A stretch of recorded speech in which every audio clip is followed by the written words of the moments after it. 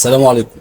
النهارده رجاله هنتعرفوا مع بعض عن الحمام الغزار المصري. هقول لك كل انواع الحمام الغزار المصري، بس طالب منك طلب واحد.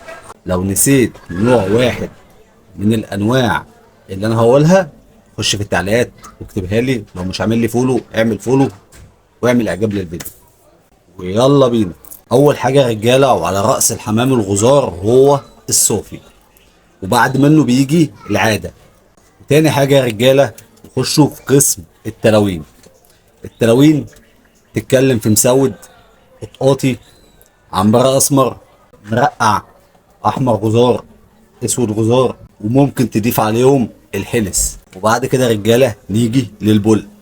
عندك الابلق الاخضر، الابلق السكروطة، الابلق الاسود، الابلق البنفسجي، الابلق الاحمر، وممكن تضيف عليهم الابلق الابيض. وبعد كده يا رجاله نيجي للمكنيرات. المكنيرات الازرق قطيفه والاصفر ورق. ده الحمام الغزال يا رجاله اللي جه في ذاكرتي دلوقتي. لو انت فاكر نوع انا مش فاكره، خش في التعليقات واكتبه. سلام.